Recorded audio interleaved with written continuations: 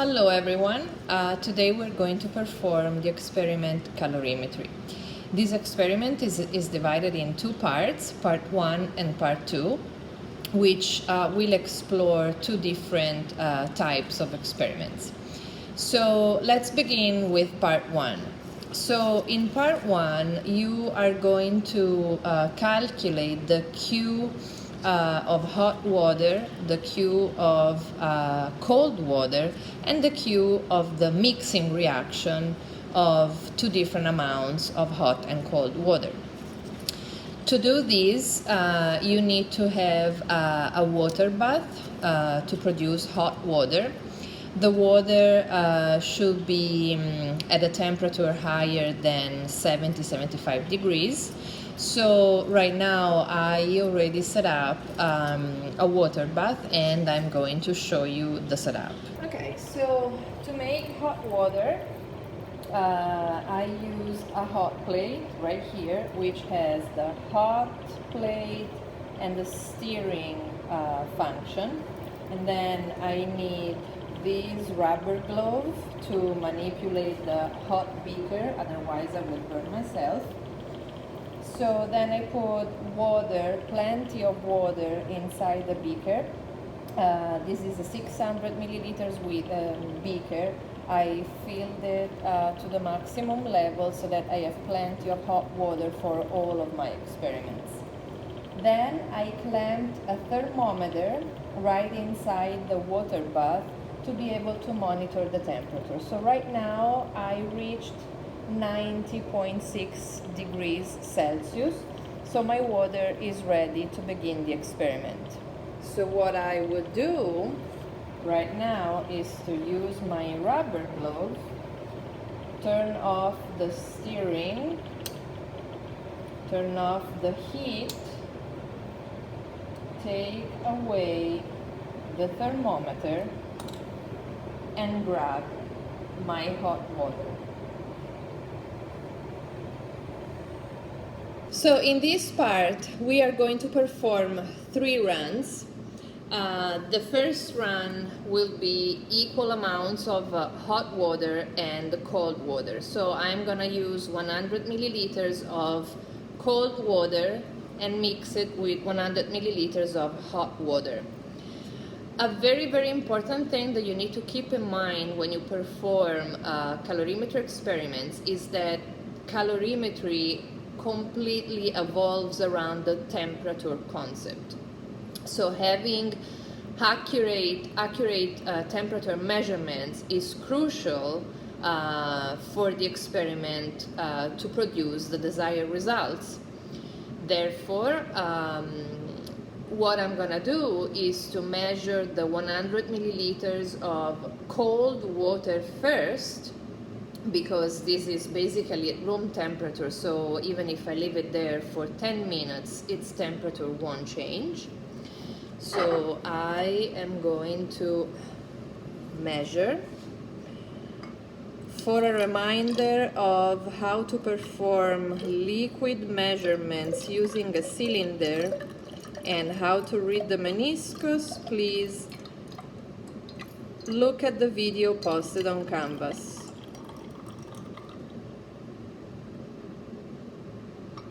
So, okay.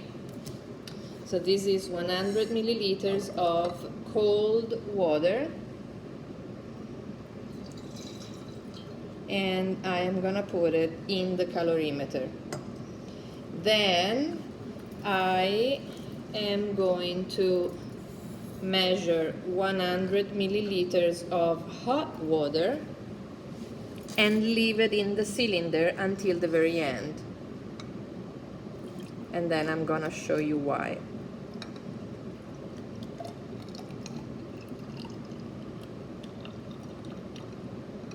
There we go.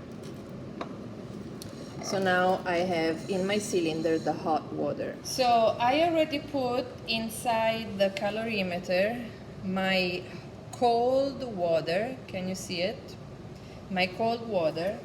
I am going to measure the temperature of this cold water, directly putting the the thermometer inside.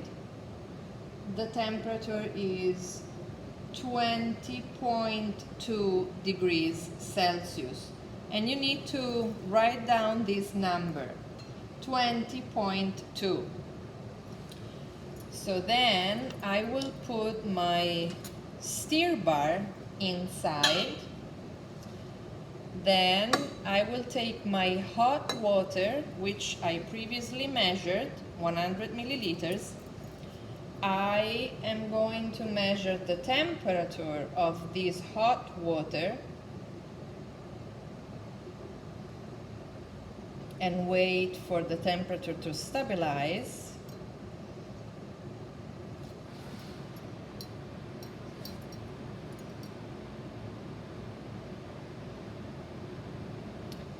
So it takes a little while.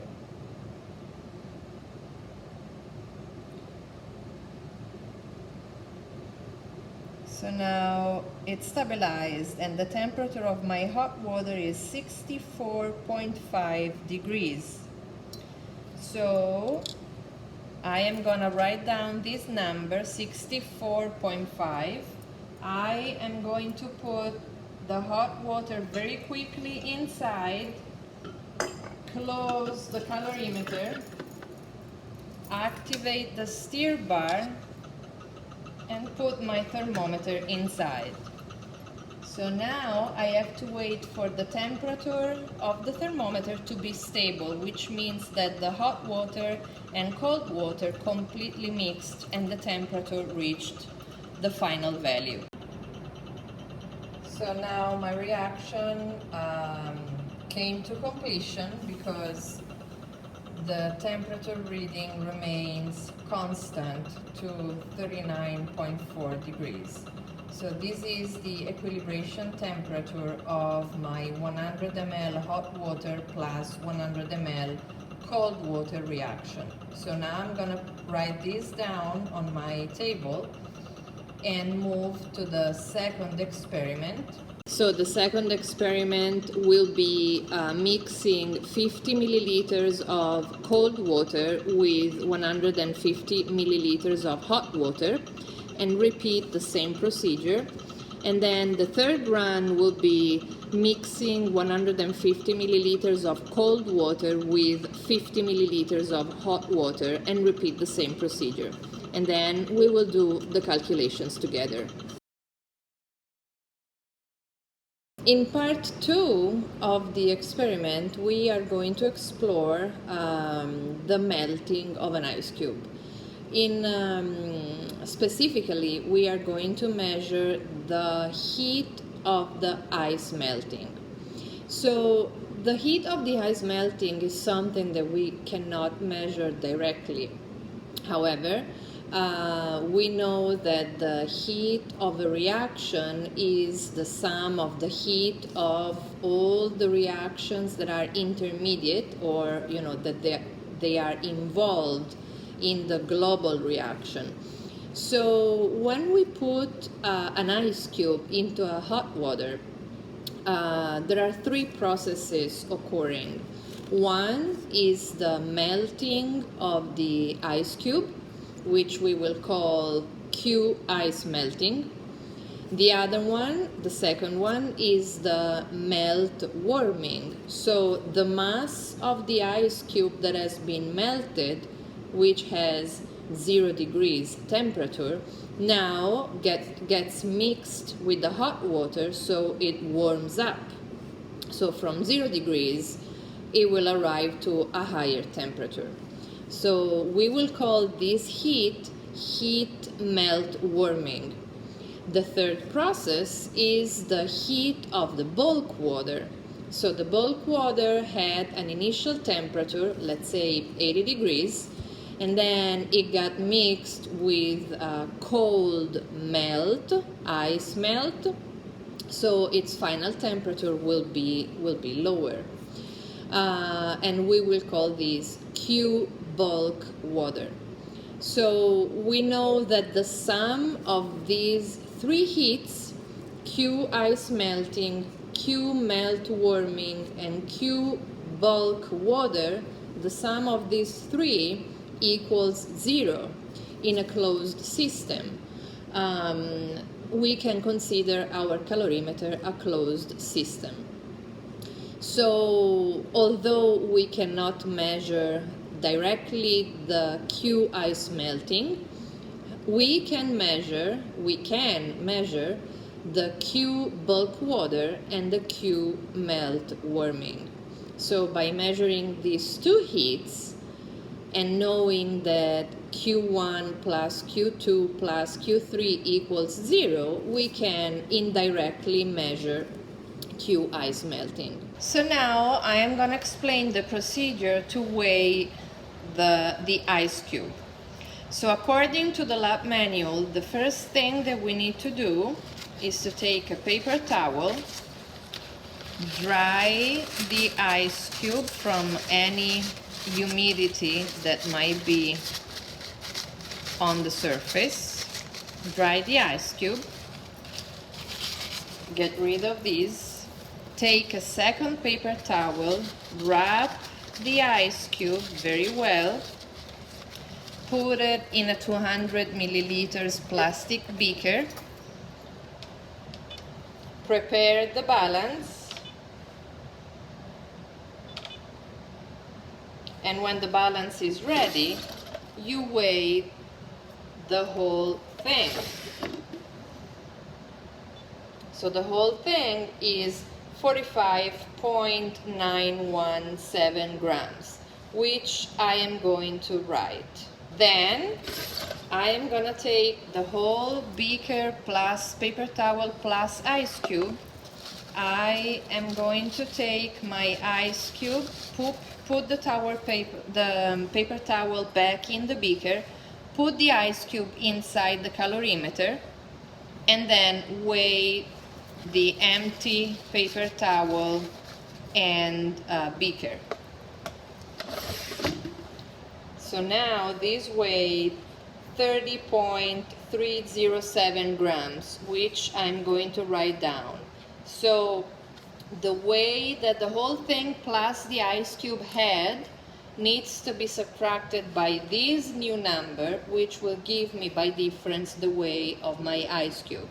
So again, I have my ice cube inside the paper towel, inside the beaker.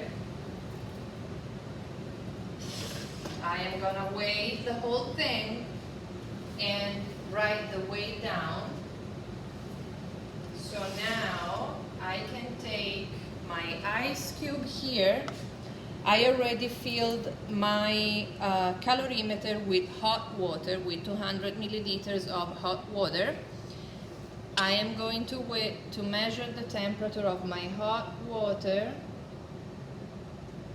70.5 degrees. Immediately put my ice cube inside, close the calorimeter, put the thermometer in, and initiate the stirring. So once the temperature will be stabilized, then I'm gonna read this temperature. So now I am ready to take my empty paper towel and beaker together, go back to the balance, and weigh.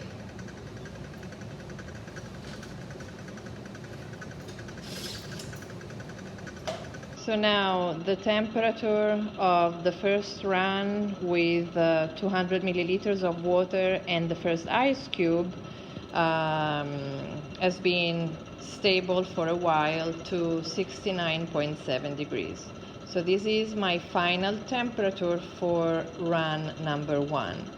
And I am going to repeat everything with the second and the third ice cube.